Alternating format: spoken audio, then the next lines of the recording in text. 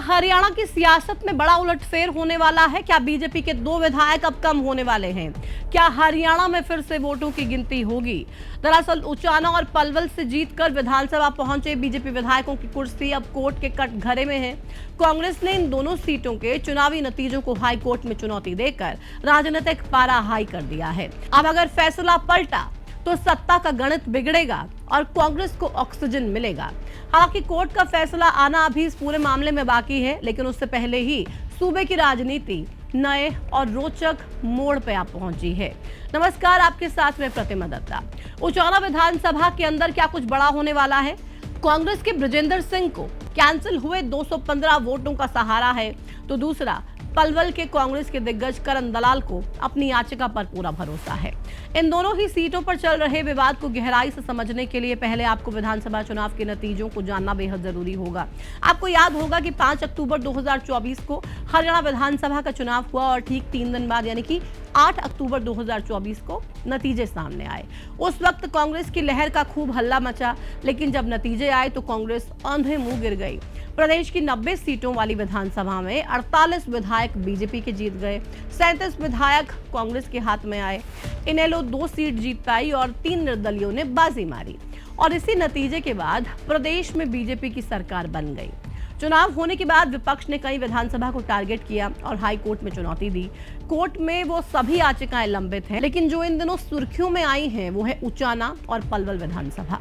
आज बात इन्हीं 2 हॉट सीटों की होगी। आखिर क्यों विवादों से घिरी पलवल और उचाना की सीट, क्यों खतरे में है 2 बीजेपी विधायकों की कुर्सी? क्या ये सीटें बीजेपी के हाथ से जाएंगी? क्या इन सीटों पर कांग्रेस को ऑक्सीजन मिलने वाली है? और सबसे बड़ा सवाल, क्या बीजेपी के चुने हुए विधायक भ्रष्ट हैं? इन्हीं सवालों के जवाब हम आज की इस वीडियो में आपको विस्तार से बताएंगे और ये जानेंगे कि पूरा विवाद आखिर क्या है। तो चलिए वीडियो की शुरुआत करते हैं और सबसे पहले आपको बताते हैं कि उचाना विधानसभा सीट चर्चा में क्यों आई। हरियाणा की उचाना विधानसभा सीट जो 2024 के विधानसभा चुनाव में सबसे कम हार जीत के अंतर के कारण चर्चा में आई। यहां बीजेपी के देवेंद्र अत्री ने कांग्रेस के बृजेंद्र सिंह को मात्र 32 वोटों के मामूली से अंतर से हराया। इस चुनाव में 600 के करीब बैलेट पेपर की काउंटिंग की गई थी, जिनमें से 215 वोट रिजेक्ट कर दिए गए या फिर कैंसिल कर दिए गए। यहाँ आपको ये जानना बेहद जरूरी होगा कि आखिर ऐसा क्यों हुआ।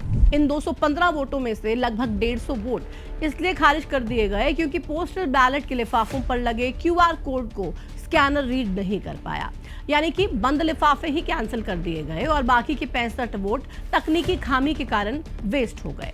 जबकि इलेक्शन प्रोसेस ये कहती है कि अगर हार जीत का अंतर कैंसिल वोटों से कम हो तो उनकी गिनती होनी चाहिए। इन वोटों की जांच की वीडियोग्राफी कराना भी बेहद जरूरी होता है।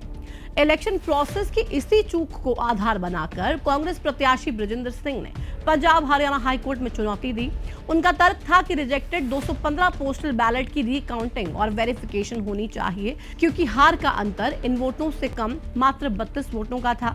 इसके बाद अगस्त 2024 में विधायक देवेंद्र अत्री ने बृजेंद्र सिंह की याचिका को खारिज करने के लिए हाई कोर्ट में अर्जी लगाई, लेकिन कोर्ट ने 18 सितंबर 2025 को देवेंद्र अत्री की याचिका खारिज कर दी। तो हाई कोर्ट से राहत नहीं मिलने पर बीजेपी विधायक ने अक्टूबर 2025 में सीधे सुप्रीम कोर्ट का दरवाजा खटखटाया और हाई कोर्ट के फैसले को चुनौती दी, जिसके बाद सुप्रीम कोर्ट ने हाई कोर्ट की कार्यवाही पर फिलहाल रोक लगा दी और 4 फरवरी को मामले की अगली सुनवाई होनी है। तो उचाना सीट पर विवाद की पूरी कहानी तो अब आप समझ गए होंगे, लेकिन हरियाणा की दूसरी हॉट सीट पलवल पर भी खूब बवाल मचा हुआ है, जिसको लेकर हाल ही में चौंकाने वाला खुलासा हुआ, वो भी आपको बताते हैं। पलवल सीट से बीजेपी के गौरव गौतम जीते हैं, जो हरियाणा सरकार में खेल राज्य मंत्री हैं। उनकी इस जीत को कांग्रेस नेता करण सिंह दलाल ने पंजाब हरियाणा हाई कोर्ट में चुनौती दी है। राजनीतिक जानकार ये मानते हैं कि करण दलाल के लिए यह हार इसलिए पचाना मुश्किल है क्योंकि उन्हें एक ऐसे युवा ने हराया जिनकी उम्र ही करण दलाल के राजनीतिक अनुभव से कम है। करीब 35 से 40 साल से राजनीति में एक्टिव करण दलाल 5 बार के विधायक हैं और गौरव गौतम पहली बार चुनाव लड़कर विधानसभा पहुंचे। ऐसे में करण सिंह दलाल का सीधा आरोप है कि गौरव गौतम ने चुनाव जीतने के लिए धार्मिक भावनाओं का सहारा लिया। उन्होंने अपनी याचिका में लिखा है कि गौरव गौतम ने भागवत कथा और खाटू श्याम जैसे धार्मिक आयोजनों के मंच से सनातन और हिंदुत्व के नाम पर वोट मांगे, जो जन प्रतिनिधित्व अधिनियम 1951 की धारा 123(3) के तहत भ्रष्ट है। करण दलाल की इस याचिका को खारिज करने के लिए गौरव गौतम ने भी हाईकोर्ट में अर्जी दी, लेकिन नवंबर 2025 में गौरव गौतम को हाईकोर्ट से तगड़ा झटका लगा। कोर्ट ने साफ कह दिया कि आरोपों की गंभीरता को देखते हुए गवाहों और सबूतों की जांच जरूरी है। अब हाईकोर्ट में चल रही यही जंग केवल जीत हार की नहीं, बल्कि राजनीतिक साख की बन गई है, जहां एक तरफ गौरव गौतम अपनी जीत को सही साबित करने में जुटे हुए हैं, तो वहीं करण दलाल इसे भ्रष्ट चुनावी आचरण बताकर गौरव की विधायकी को चुनौती दे रहे हैं। और हाईकोर्ट में चल रहे इसी मामले में अब तक चौंकाने वाला खुलासा हुआ है। जनवरी 2026 में पलवल सीट का मामला तब सुर्खियों में आया जब हाईकोर्ट के रिकॉर्ड से एक पेन ड्राइव गायब हो गई। ये वही पेन ड्राइव थी जिसमें कथित तौर पर गौरव गौतम की उन भाषणों के वीडियो और डिजिटल सबूत थे, जिसके आधार पर करण दलाल ने उनकी विधायकी को चैलेंज किया है, जिस पर करण दलाल ने जांच की मांग की है और इसे न्यायिक प्रक्रिया के साथ खिलवाड़ करार दिया। खैर, दोनों ही सीटों पर तस्वीर साफ होना अभी बाकी है।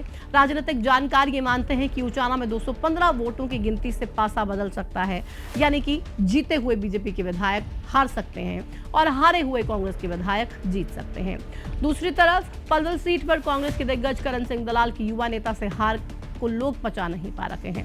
हालांकि गौरव गौतम को लगता है कि कुछ होने वाला नहीं है और करण दलाल को अपने पक्ष में फैसला आने की उम्मीद है। अब कोर्ट क्या फैसला करता है, इस पर सबकी नजरें टिकी हुई हैं, क्योंकि कोर्ट में तो तमाम मामले चलते हमने देखे हैं, सालों साल लग जाते हैं और तब जाकर फैसला आता है। और अब इस मामले में कब तक फैसला आएगा, क्या कोई बदलाव होगा भी या नहीं।